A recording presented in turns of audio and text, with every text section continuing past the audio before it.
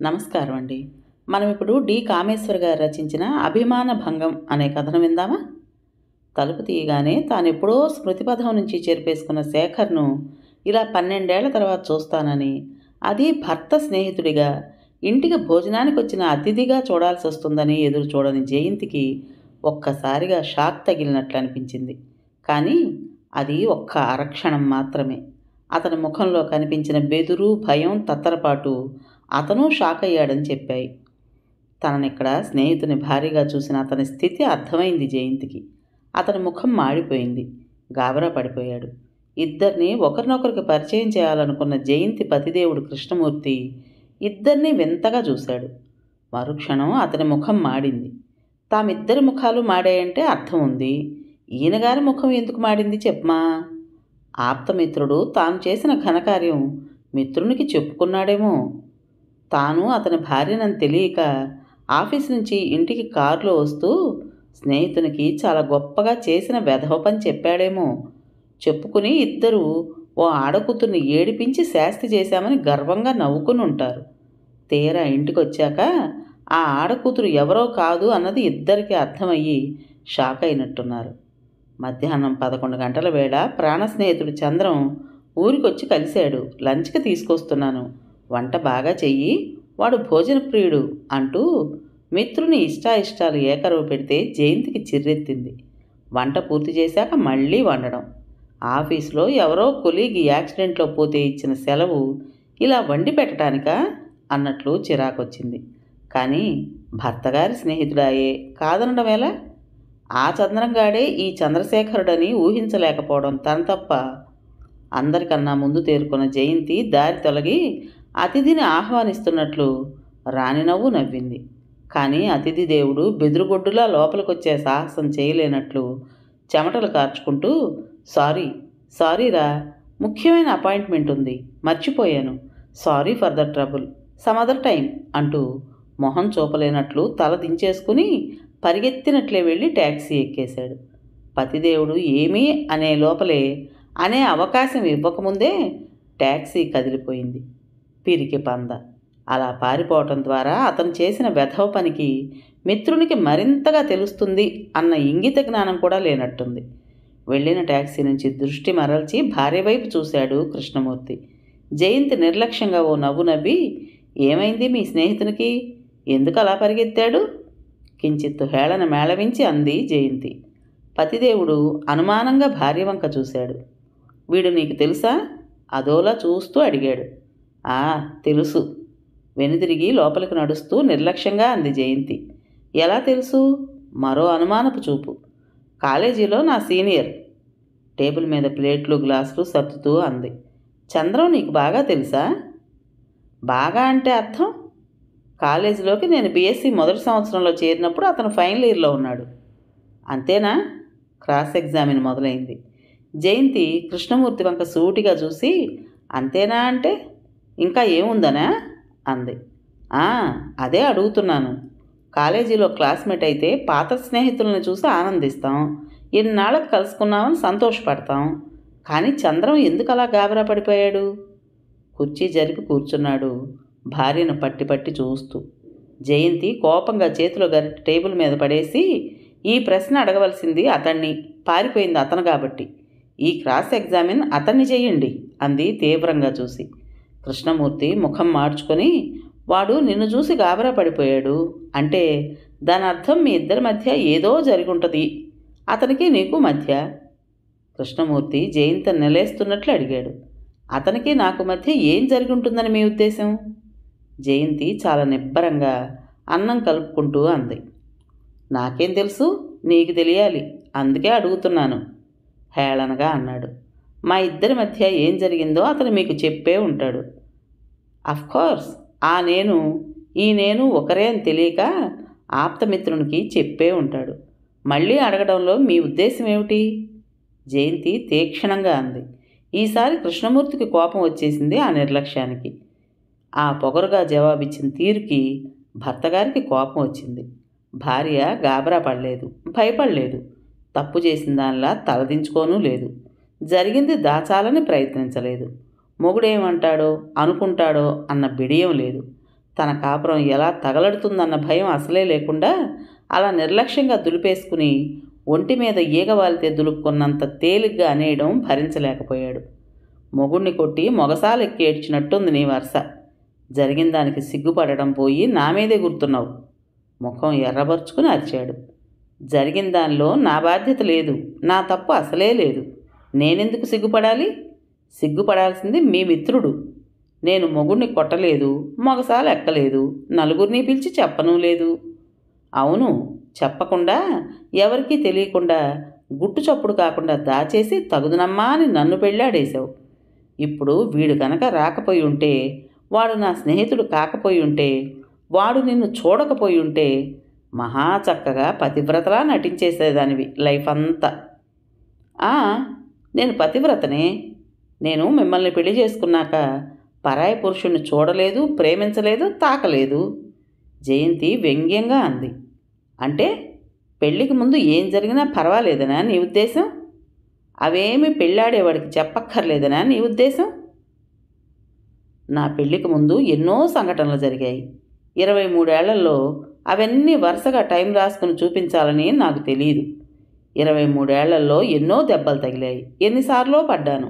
ఒకసారి చెయ్యి విరిగింది, ఒకసారి పడి పన్ను విరగ్గొట్టుకున్నాను, ఓసారి టైఫాయిడ్ వచ్చి పరీక్షకి వెళ్ళక ఫెయిల్ అయ్యాను, ఓసారి మా అత్త కొడుకు మెట్టు దిగుతుంటే వెనక నుంచి కవ్వులించుకుంటే దవడ మీద ఒక్కటిచ్చాను, ఓసారి సినిమా హాల్లో ఓ వెధవ వెనక నుంచి నా నడుం మీద వేళ్ళు ఆడించాడు, ఓసారి బస్సులో వస్తుంటే మరో వెధవ అంతకంటే చెత్త పని ఇంకోటి చేశాడు, ఓసారి నా గొలుసు పారేసుకుని అమ్మ చేత దెబ్బలు తిన్నాను, ఓసారి స్కూటర్ మీద వెళ్తుంటే కింద పడ్డాను.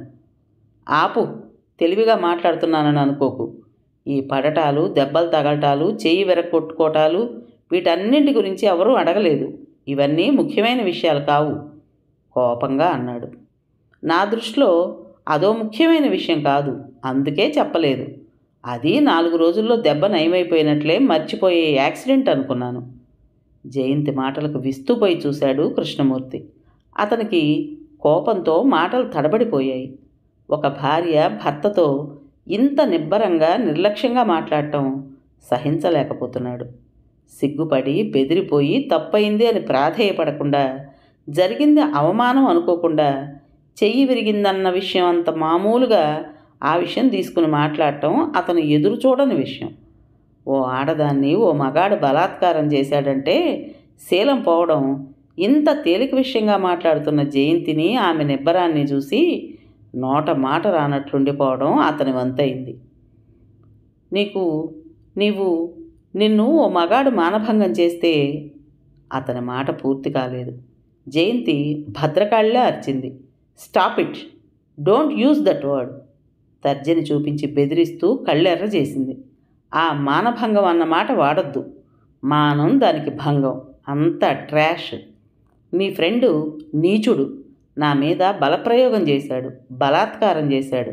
ఆ వెధవ, ఒళ్ళు బలిసిన ఆ వెధవ ముందు శారీరకంగా బలహీనరాలినయ్యి వాడి ముందు ఓడిపోయాను. దీనికి మానభంగం అన్న పేరు వాడకండి. అది నా దృష్టిలో ఓ యాక్సిడెంటే. నా ఇష్టం లేకుండా, నా ప్రమేయం లేకుండా శారీరక బలంతో లొంగ తీసుకోవడం ఇది ఒక యాక్సిడెంటే. అంతే తప్ప నేనేదో శీలం, పవిత్రత పోగొట్టుకున్నానని భావించలేదు. నేను కావాలనుకోనిది నా మీద బలవంతంగా రుద్దబడటంలో నా తప్పు లేదు గనక ఇది నా జీవితంలో తిన్న దెబ్బలలో ఒకటి, అంతే. అంటే చెయ్యో కాలో విరగడం ఇది ఒకటేనా? ఇది నా దగ్గర దాచి నువ్వు మీ వాళ్ళు నన్ను మోసం చేయడం ఎంత దగ, ఎంత కుట్ర, ఉక్రోషంగా అన్నాడు. ఆగండి, ఇందులో మా వాళ్ళని అనాల్సిందేం లేదు, ఎందుకంటే వాళ్ళకి అసలు ఈ విషయమే తెలియదు. కృష్ణమూర్తి ఆశ్చర్యపోయాడు. ఓహో, ఎంత జానవు నువ్వు! ఇంట్లో వాళ్ళకు కూడా ఇది ఇంత గుట్టుగా దాచిపెట్టగలిగావంటే శభాష్, నిన్ను మెచ్చుకోవాలి. నీ గుండె ధైర్యాన్ని అభినందించా, వ్యంగ్యంగా అన్నాడు. వాళ్లతో చెప్పకపోయినా కట్టుకున్నవాడికి నా దగ్గర చెప్పక్కర్లేదనుకున్నావా? పెద్ద పవిత్రంగా చలామణి అయిపోవాలనుకున్నావా? నీవే నిజాయితీ పర్రాలువైతే నాకు చెప్పేదానివిగా ముందుగా. చెప్పానుగా, ఇది నా దృష్టిలో శారీరకంగా తగిలిన దెబ్బ మాత్రమే, అందుకని దీనికి నేను ప్రాముఖ్యం ఇవ్వలేదు. జరిగిన దాన్ని చెప్పి వాళ్ళని అనవసరంగా బాధ పెట్టడం అనవసరం అనిపించి వాళ్ళకి మీకు చెప్పలేదు.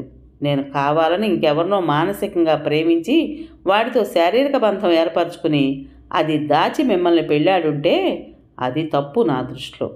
అసలు పెళ్లి కాకముందు అనేకం జరుగుతుంటాయి. మీరెందరో అమ్మాయిల వెంట పడి ఉండొచ్చు, ఉత్తరాలు రాసి ఉండొచ్చు, లంచ్లకి డిన్నర్లకి వాళ్ళని తీసుకెళ్ళి ఉండొచ్చు. కానీ అనేక కారణాల వల్ల పెళ్లి చేసుకోలేకపోయి ఉండొచ్చు. అవన్నీ మీరు పెళ్ళాడే ముందు అమ్మాయిలతో నిజాయితీగా చెబుతున్నారా? చాలా బుద్ధిమంతుల్లా పెళ్లిపేటలు ఎక్కుతారు. పెళ్లికి ముందు మేము ఏ కాలేజీ అబ్బాయి ప్రేమలేఖలో అందుకుని ఉండొచ్చు, మేము బాయ్ ఫ్రెండ్స్తో హోటల్కి వెళ్ళి కాఫీ తాగి ఉండొచ్చు. అమ్మాయిలు అబ్బాయిలు కలిసి మాట్లాడుకోవడం, తిరగటం, ఇంకా కొందరు కాస్త ముందుకెళ్ళి అబ్బాయిల లేకి మాటలకు లోబడి ప్రేమిస్తున్నాం అనుకుని విరహగీతాలు పాడుకుని ఉండొచ్చు.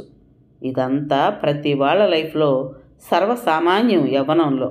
ఇదంతా తప్పు, పరమ అపరాధం అని ఎవరూ అనుకుని పెళ్లికి ముందు కన్ఫెస్ చేయరు. ప్రేమించామని కడుపులు చేసిన వారు పెళ్లి వేళకు వచ్చేసరికి ముఖం చాటేయటాలు, దొంగచాటుగా కడుపులు తీయించుకున్న అమ్మాయిలు, రకరకాల కథలు ఉంటాయి ప్రతివారి వెనుక. ఆ యవ్వనంలో జరిగినవన్నీ అందరూ రబ్బర్తో చేర్పేసుకున్నంత తేలిగ్గా చెరుపుకుని కొత్త జీవితాలు ఆరంభించుకుంటారు. నేను అలాంటివేం చేయలేదు. ఓ పొగరెక్కిన వెధవ తన డబ్బు హోదా ఎరచూపి ప్రేమ పేరుతో వెంట తిప్పుకోవాలనుకుంటూ వెర్రివేషాలు వేస్తే లొంగకపోయేసరికి పౌరుషం, అవమానం వచ్చి నాకు బుద్ధి చెప్పడానికి తన బలం చూపి లొంగ తీసుకున్నాడు. అది నాకు అవమానం అనుకున్నాను తప్ప తప్పని, పవిత్రత, శీలం లాంటివి పోయాయని నేను ఎప్పుడూ బాధపడలేదు. అందుకే చెప్పనవసరం లేదు అనుకున్నాను. దెబ్బ తగిలిందన్నంత తేలిగ్గా దులిపేసుకుని ఊరుకున్నావన్నమాట. వ్యంగ్యంగా ఎత్తి పొడిచాడు. లేకపోతే ఏం చేయాలట? ఊరు వాడ అరిచి చెప్పి పోలీస్ రిపోర్ట్ ఇచ్చి కోర్టుకెక్కి రొస్టు పడాలా? కోర్టులకు చూపాల్సిన సాక్ష్యాలు నా దగ్గర లేవు. కోర్టులు ఏమాత్రం న్యాయం చేస్తున్నాయో చూస్తున్నాగా. కోర్టుకెక్కే ధైర్యం నాకున్నా న్యాయం జరుగుతుందన్న నమ్మకం లేక కోర్టుకు ఎక్కనక్కర్లేదు. కానీ అంత తేలిగ్గా ఏ ఫీలింగ్సు లేకుండా దులిపేసుకున్నావంటే నీ గుండె ధైర్యాన్ని మెచ్చుకోవాల్సిందే. ఏ ఫీలింగ్సు కలగలేదని నేను చెప్పానా? నాకు ఇష్టం లేకుండా శారీరక బలంతో నా శరీరాన్ని బలవంతంగా లొంగ తీసుకున్నాడన్న కసి, ద్వేషం, అవమానం, సిగ్గుతో నా మనసు, శరీరం దహించుకుపోయాయి. ఏ చెత్త వెధవో వాడి అశుద్ధం నా ఒంటి నిండా పామినంత అసహ్యం, జుగుప్స, చీదరింపు కలిగింది. ఆ వెధవ వాడిన ఈ శరీరాన్ని ఎలా శుభ్రపరుచుకున్నానో తెలుసా? ఒక బాల్చీడు వేడి నీళ్లలో అరసీసాడు డెట్టాలు వంపాను. పెరట్లోంచి దోసెడు వేపాకులు కోసుకొచ్చి నీళ్లలో వేశాను.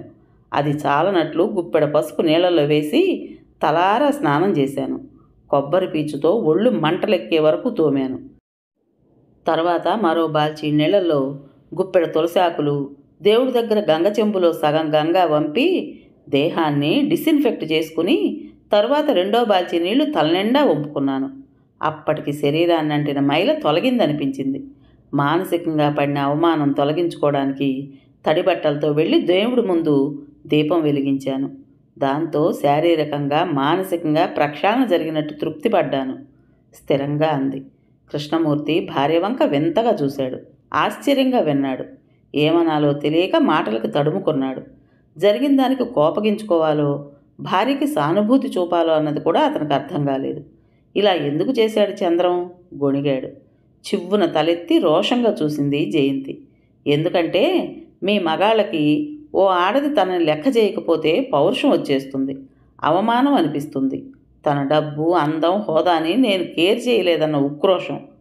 అసలు ఇదంతా ఎందుకు, ఎలా జరిగింది? మీ ఫ్రెండ్ చెప్పాడేమో, మళ్ళీ ఎందుకు అడుగుతారు? తీవ్రంగా అంది. నీ వర్షన్ విందామని. మా కామన్ ఫ్రెండ్ ఒకడు వీడు కాలేజీలో చేసింది చెప్పాడు. వీడు సరిగా చెప్పలేదు. కుతూహలంగా చూశాడు. ఏం జరిగింది? 14 ఏళ్ల క్రితం కాలేజీలో చదువుకునే టీనేజ్ వయసు, తలుపు, బెళుకు, వగరు, పొగరు ఉండే వయసులో ఓ ఆడపిల్ల, అందులో అందంగా ఉండే ఓ అమ్మాయి, ఎంతో హాయిగా, ఆనందంగా తుళ్ళుతూ ఆడేపాడే వయసు అమ్మాయి, కళ్ళకనే వయసు. కలల్లో రాకుమారుడు, ఆజానుబాహుడు, అరవింద దళాయతాక్షుడు, ఉన్నతుడు, సంస్కారుడు, ప్రేమించేవాడు, అలరించేవాడు, మైమరిపించేవాడు, తానే లోకంగా భావించేవాడు వస్తాడని, వరమాల వేస్తాడని, మురిపాల సంసారం గురించి ప్రతి అమ్మాయి ఊహించి కలలు కనే వయసు అది. మగవాడంటే హుందాగా ఉండాలి, హుందాతనంలో సెన్స్ ఆఫ్ హ్యూమర్ ఉండాలి.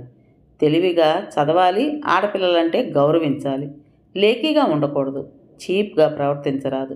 అలాంటి అబ్బాయిలనే అమ్మాయిలు లైక్ చేస్తారు, ప్రేమిస్తారు, గౌరవిస్తారు అని కొన్ని స్థిరాభిప్రాయాలు ఏర్పరచుకునే వయసు అది. తమ ఊహలకి భిన్నంగా ఎవరైనా ప్రవర్తిస్తే తిరస్కారం కలుగుతుంది. అదే జరిగింది చంద్రశేఖర్ని చూసిన క్షణంలో జయంతికి.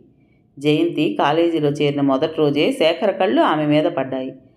తండ్రి గవర్నమెంట్ ఉద్యోగి, ట్రాన్స్ఫర్ అయ్యి వచ్చి కాలేజీలో కొత్తగా బీఎస్సీలో చేరింది. మొదటి రోజే ఆమె అందం అతన్ని ఆకర్షించింది. రోజుకో డ్రెస్తో మోటార్ సైకిల్ మీద అంతెత్తు బోట్లతో ఫ్రెండ్స్ని వెంటేసుకు తిరిగే శేఖర్ చదువులో మాత్రం వెనకే. ఏదో డిగ్రీ కావాలని చదవడం తప్ప తండ్రి బిజినెస్లు చూసుకుంటే చాలు. కష్టపడి డిగ్రీల మీద డిగ్రీలు సంపాదించే పెద్ద చదువులు అక్కర్లేదన్న ధీమా.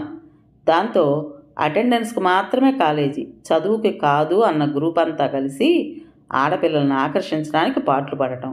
ఆకర్షణకి లొంగిన వాళ్ళతో షికార్లు, సినిమాలు, హోటళ్ళు తిరిగే గ్యాంగ్ అది. వీళ్ల గురించి నెల రోజులకే జయంతికి అర్థమైంది. అర్థం కానిదుంటే సీనియర్లు చెప్పారు.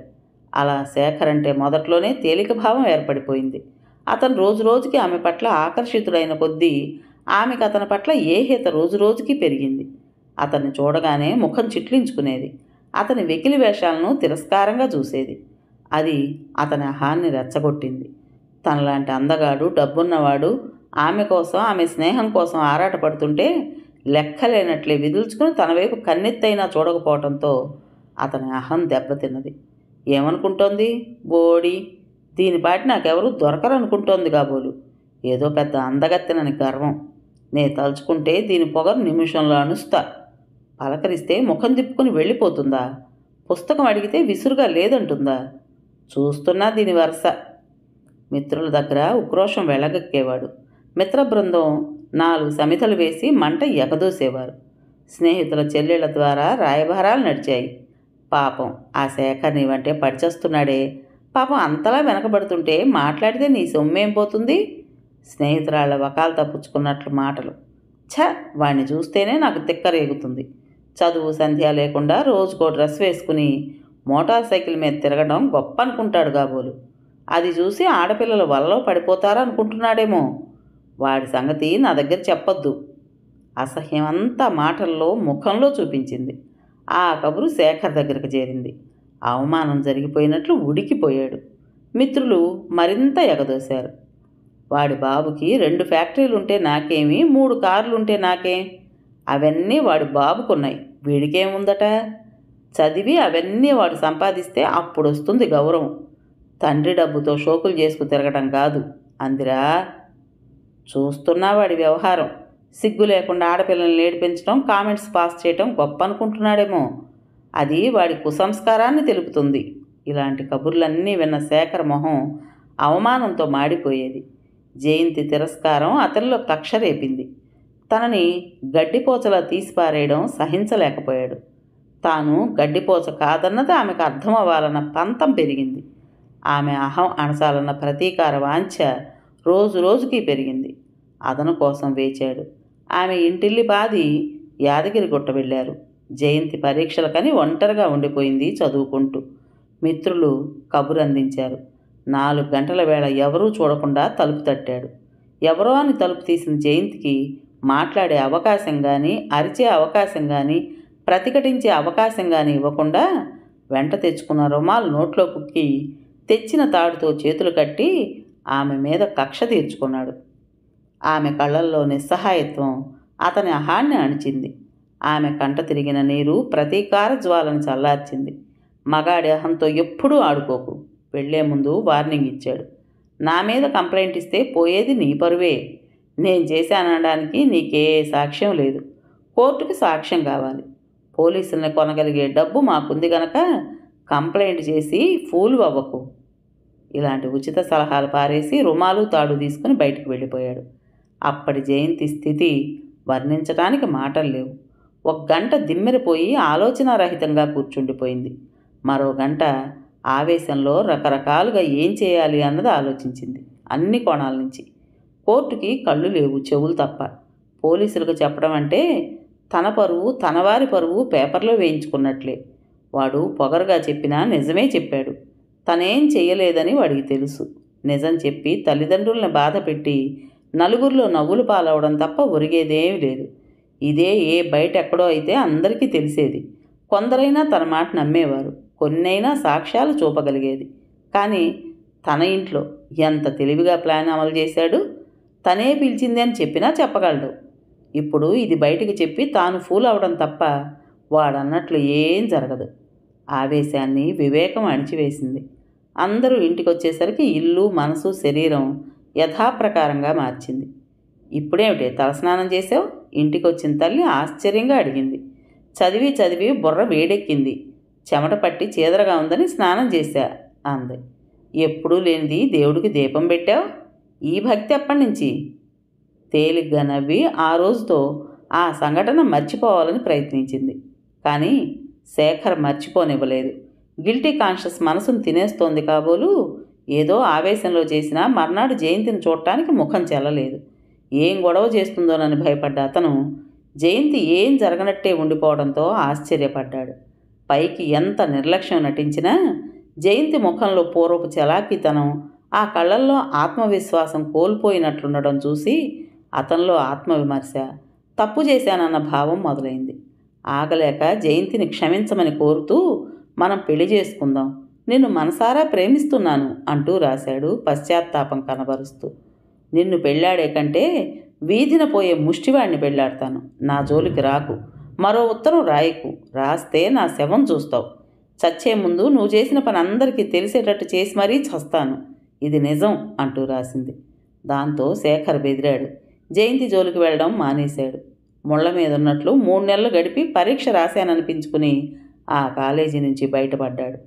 ఆ మనిషి ఇన్నేళ్ల తర్వాత ఇలా కనిపిస్తాడని ఊహించని జయంతి ఎంత నిబ్బరంగా ఉందామనుకున్నా ఈ విషయాన్ని తనంత తేలిగ్గా తనని కట్టుకున్నవాడు తీసుకోడు అన్నది ఆమెకు అర్థం అవసాగింది. 12 ఏళ్ల వైవాహిక జీవితం, 2 పిల్లల తల్లి అయిన తన భార్య గతం అనవసరం అనుకునే సహృదయత ఓ మగాడికి, ఓ మొగుడికి ఉంటుందని ఆశించటం అత్యాశేమో అనిపించసాగింది జయంతికి. ఏమిటి అలా చూస్తున్నారు? నేనెందుకు ఎవరికీ చెప్పలేదో అర్థమైందా? కానీ నాకు అర్థం కానిది ఏమిటంటే, అప్పుడు అంత పశ్చాత్తాపం ఒలకబోసి తర్వాత నా జోలికి రావడం మానేసిన ఆ శేఖర్ పనిగట్టుకుని ఇన్నాళ్ల తర్వాత మీరెవరో తెలియకుండా ఎందుకు చెప్పాడు? మీరెవరో తెలిసి చెబితే నా మీద కసి తీర్చుకోవడానికి, నా కాపురం పాడు చేయడానికి చెప్పాడని అనుకోవచ్చు. పాత సంగతి ఎందుకు తవ్వాడు? సాలోచనగా చూస్తూ అంది. వాడు నాతో చెప్పలేదు, నేనే వాడిని అడిగా. కృష్ణమూర్తి అన్నాడు. మీరడిగారా? మీకెలా తెలిసి ఈ విషయం? ఈసారి ఆశ్చర్యపోవడం జయంతి వంతయింది. మా ఇద్దరికి కామన్ ఫ్రెండు శ్రీధర్ అని ఒకడున్నాళ్లే. నేను శేఖర్ కంటే ఓ ఏడాది సీనియర్ని. నేను కాలేజీ నుంచి వెళ్ళిపోయాక జరిగిన సంఘటన. ఆ మధ్య శ్రీధర్, శేఖర్ నా జూనియర్ అయిన రూమ్మేటు. మా ఇద్దరి స్నేహం తెలిసిన శ్రీధర్ శేఖర్ చేసిన పని చెప్పాడు. అది గుర్తొచ్చి అడిగా. పాపం వాడు నాకు తెలిసిందని చాలా సిగ్గుపడుతూ చేసిన తప్పు చెప్పాడు.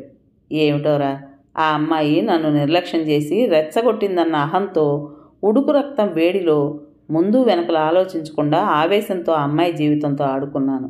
ఆ వయసులో పొగరు, వగరు, ప్రతీకారం తీర్చుకునేంత వరకు దుగ్ధ చల్లారలేదు. ఇప్పుడు ఆలోచిస్తే ఎంత సిగ్గుగా ఉంటుందో. తప్పు చేసిన పశ్చాత్తాపం నన్ను నిలవనీయలేదు. చేసిన తప్పుకు పరిహారంగా ఆ అమ్మాయిని పెళ్ళాడదాం అనుకున్నాను. కానీ ఆమె అభిమానవతి. చీకొట్టి తన జోలికొస్తే ఆత్మహత్య చేసుకుంటానని బెదిరించింది. దాంతో ఆ ప్రయత్నం మానుకున్నాను. ఈ శ్రీధర్గాడు ఇన్నాళ్ల తర్వాత పనిగట్టుకుని నీకు చెప్పడం ఏమిటి అంటూ బాధపడ్డాడు, సిగ్గుపడ్డాడు. ఇదివరకటి శేఖర్ కాదులేవాడిప్పుడు. మిత్రుడు గురించి సానుభూతి చూపాడు. ఓహో, స్నేహితుడు వెధవ పని చేసినా మీకేం కోపం రాలేదు. కానీ నా తప్పు లేకపోయినా నన్ను నిలేస్తున్నారు. అంతేలేండి, పరాయి మగాడింట ఉన్నందుకే అగ్ని పరీక్ష పెట్టిన శ్రీరామచంద్రుడు వారసులుగా మీరు. మగాడి తప్పు లెక్కలోకి రాదు, కానీ ఆడదాని తప్పు భూతద్దంలో చూడటానికి ప్రయత్నిస్తారు వ్యంగ్యంగా అంది. కృష్ణమూర్తి తలదించుకొని అన్నం కెలుకుతూ కూర్చున్నాడు. ఏమిటి ముఖం అలా పెట్టారు? ఇంకా జరిగిన దానికి నా తప్పు లేదనిపించడం లేదా? నీ తప్పు ఉన్నా లేకపోయినా, కావాలని చేయకపోయినా జరగాల్సిన అనర్థం జరిగింది, పోవాల్సింది పోయింది కదా. ఏమిటి పోయింది చెప్పండి? చెప్పండి. శీలం పోయిందా? పవిత్రత పోయిందా? మానం మంట కలిసిందా?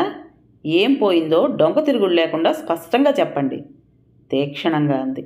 కృష్ణమూర్తి జవాబు ఇవ్వలేదు. అయితే పోయిన దానికి పాప పరిహారం ఏమిటి? అగ్నిప్రవేశం చేయాలా సీతమ్మవారిలా? చేస్తే కాలి బూడిదవుతా గాని బతికి బయటపడను. నిప్పుల్లో దుమికినా నా శీలం నిరూపింపబడదు. పాపం నాతో 12 ఏళ్ళు కాపురం చేసినందుకు మీరు అపవిత్రమైపోయి ఉంటారు. పదండి, ఇద్దరం వెళ్ళి గంగలో మునిగి పునీతులమయ్యొద్దాం. హేళనగా ఎత్తి పొడిచింది కృష్ణమూర్తి మౌనాన్ని సహించలేక. కృష్ణమూర్తి ఉక్రోషంగా లేచి లోపలికి వెళ్ళిపోయాడు. కృష్ణమూర్తి మగ మనస్తత్వం అర్థమైంది జయంతికి. ఓ మగాడు, మొగుడు స్థానంలో ఉన్నవాడు ఈ విషయం తేలిగ్గా తీసుకోడు.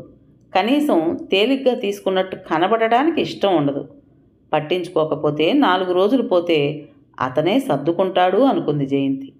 ఆ ఆలోచన తప్పన్నట్టు, అంత సులువుగా క్షమించను అన్నట్టుగా 1-2 నెలలైనా కృష్ణమూర్తిలో మార్పు రాలేదు. ఒకే గదిలో ఒకే పక్క మీద పడుకున్నా ఇద్దరి మధ్య యోజనాల దూరం పెరిగింది. జయంతి వండడం, పెట్టడం, పిల్లలు, ఇంటి పని, ఆఫీస్ పని, పైకి అన్నీ యథావిధిగా జరుగుతున్నాయి. లోపల ఇద్దరి మధ్య జరిగేది బయటికి తెలిసే అవకాశం లేదు. పిల్లలు చిన్నవాళ్ళు, తల్లిదండ్రి మధ్య భేదాభిప్రాయాలు అర్థం చేసుకునే వయసు లేదు వారికి. మాటామంతి కరువై తప్పుకు తిరిగే కృష్ణమూర్తిని చూసి ఒళ్ళు మండి నిలేసిందో రోజు జయంతి. ఏమిటి మీ ఉద్దేశం? మీ ఈ ప్రవర్తనకు అర్థం ఏమిటి? ఏ ప్రవర్తన? నేనేం చేశాను? ముభావంగా అన్నాడు. జయంతి హేళనగా నవ్వింది. అవును, ఏం చేయలేదు. తిట్టలేదు, కొట్టలేదు. చాలా తెలివైన వారు కదా, సైలెంట్గా టార్చర్ చేస్తున్నారు. ఈ రకంగా శిక్షించి తృప్తి పడుతున్నారు. నేను చెయ్యని తప్పు కసిగా అంది. చూడు, నేను నిన్నేమన్నా అన్నానా? మన ఇద్దరి మధ్య భార్యాభర్తల బంధం తప్ప మిగతా దానిలో మార్పేం లేదు కదా. పిల్లల కోసం మనం కలిసి ఉండక తప్పదు కదా. ఇంతకంటే సర్దుకోవడం నా వల్ల కాదు. ఓహో, పిల్లల కోసం కలిసి ఉన్నారన్నమాట. లేకపోతే నన్ను ఈ పాటికి ఇంట్లోంచి తన్ని తగలేసేవారు కాబోలు. పర్వాలేదు, పిల్లల కోసం మీరు అంతంత త్యాగాలు చేయనక్కర్లేదు. నాకు ఉద్యోగం ఉంది, పిల్లల్ని నేను పోషించుకోగలను.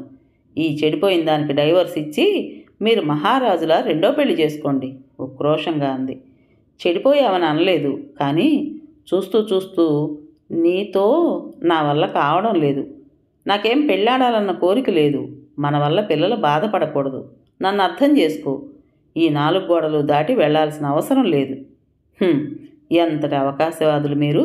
ఇప్పుడు భార్య ఇలాంటిదని తెలిస్తే అవమానం.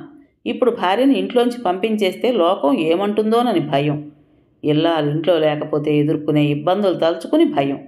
పిల్లల్ని, ఇంటిని చూసుకోవడం, రేపు పిల్లల భవిష్యత్తు. తల్లి ఇలాంటిదని తెలిస్తే ఏమవుతుందోనని భయం. ఇన్ని భయాలతో దయదలిచి నన్ను ఇంట్లో ఉండనిస్తున్నారు. నేనేం మగాడి పొందు కోసం మొహం వాచి ఏడుస్తున్నాననుకోకండి. ఆడదానికి భర్త నుంచి కావాల్సింది కాస్తంత ప్రేమ, అనురాగం, సానుభూతి, నేనున్నాననే భరోసా కావాలి. కానీ జయంతి, నన్ను అర్థం చేసుకో. మనం అనవసరంగా రొష్టుపడద్దు. నాకు కొంత టైం ఇవ్వు. నిన్ను వదులుకోవాలని నాకేమీ లేదు. నా మనస్థితి అర్థం చేసుకో. కాలం అన్ని గాయాలు మాన్పుతుంది. గాయం తగిలింది నాకైతే అది మానడానికి మీకు టైం ఇవ్వాలి. Well said. ఎనీహౌ, నన్ను ఇంట్లో ఉండడానికి పర్మిషన్ ఇచ్చినందుకు థ్యాంక్స్ చెప్పను. ఎందుకంటే నన్ను పొమ్మనే హక్కు మీకు లేదు గనక. ఇది నా ఇల్లు.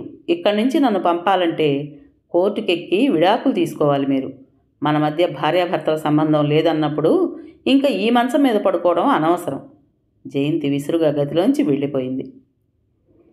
రాత్రి 11 గంటల వేళ మంచి నిద్రలో ఉన్న జయంతి ఒంటి మీద చేయి పడేసరికి ఉలిక్కిపడి కళ్ళు తెరిచింది. చేయి పట్టి లాగుతున్న కృష్ణమూర్తిని చూసి చీత్కారం చేస్తూ చేయి వదలండి తీక్షణంగా అంది, చేయి విదిల్చి కొట్టి. జయ, ప్లీజ్ రా మన గదిలోకి.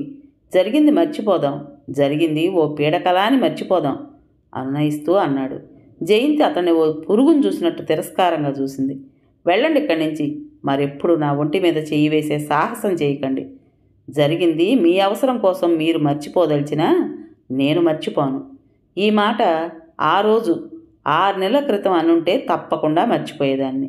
Now it is too late. ఆడదాని అవసరం కోసం ఆత్మాభిమానం మీరు వదులుకోగలరేమో కానీ చేసిన అవమానం నేను మర్చిపోలేను. వెళ్ళండి ఇక్కడి నుంచి. చాలా కటువుగా అంది. ప్లీజ్, నీ కోపం నాకు అర్థమైంది జయ. నా మనసుకు నచ్చజెప్పుకోవడానికి నాకు టైం కావాలన్నానుగా. నన్ను, నా మనస్థితిని అర్థం చేసుకో. అర్థం చేసుకోవటానికి ఏం లేదు. అర్థం చేసుకుని ఉండాల్సింది మీరు. నా నిస్సహాయ స్థితిని, నా అవమానాన్ని, నా ఆత్మాభిమానాన్ని దెబ్బతీసిన ఆ సంఘటనకి సానుభూతి చూపించాల్సింది పోయి చేయని నేరానికి శిక్ష వేశారు. ఆనాడు జరిగింది మీ పరిభాషలో నా మానభంగం అయి ఉండొచ్చు. ఈనాడు ఇది నా అభిమాన భంగం. నా దృష్టిలో శేఖర్ కంటే మీరెక్కువ దోషులు. వాడు నాకేం కాడు కనుక వాడు చేసిన పని మర్చిపోగలిగాను. కానీ కట్టుకున్న భార్యను, 12 ఏళ్లు కాపురం చేసిన భార్యను, మీ 2 పిల్లల తల్లి పట్ల కనీస సానుభూతి కూడా చూపలేకపోయిన మొగుడనే మిమ్మల్ని మాత్రం క్షమించను. అభిమాన భంగం జరగనివ్వను. కనీసం ఆ తృప్తైనా నాకు దక్కాలి. మానం పోయినా అభిమానం పోగొట్టుకొని ఈసారి మరోసారి ఈ ప్రసక్తి తెచ్చినా, నా ఒంటి మీద చేయి వేసినా సహించను. వెళ్ళండి ఇక్కడి నుంచి. చాలా స్థిరంగా తర్జని చూపిస్తూ అని అటు తిరిగి పడుకుంది జయంతి. కథ పేరు అభిమాన భంగం. రచించిన వారు డి కామేశ్వరి గారు. విన్నారు కదండి. మరి ఈ కథ మీకు నచ్చిందా? నచ్చినట్టయితే లైక్ చేసి మరో నలుగురికి షేర్ చేయండి. అలాగే కొత్త వాళ్ళు కనుక మన ఛానల్ని చూస్తున్నట్లయితే తప్పకుండా సబ్స్క్రైబ్ చేసుకోండి. మరి ఇంత మంచి కథను మనకు అందించిన రచయిత్రి గారికి మనందరి తరపున మనస్ఫూర్తిగా ధన్యవాదాలు తెలియజేసుకుంటూ రేపు మరో కొత్త కథతో మీ ముందుకు వస్తాను. అప్పటి వరకు ఉంటానండి.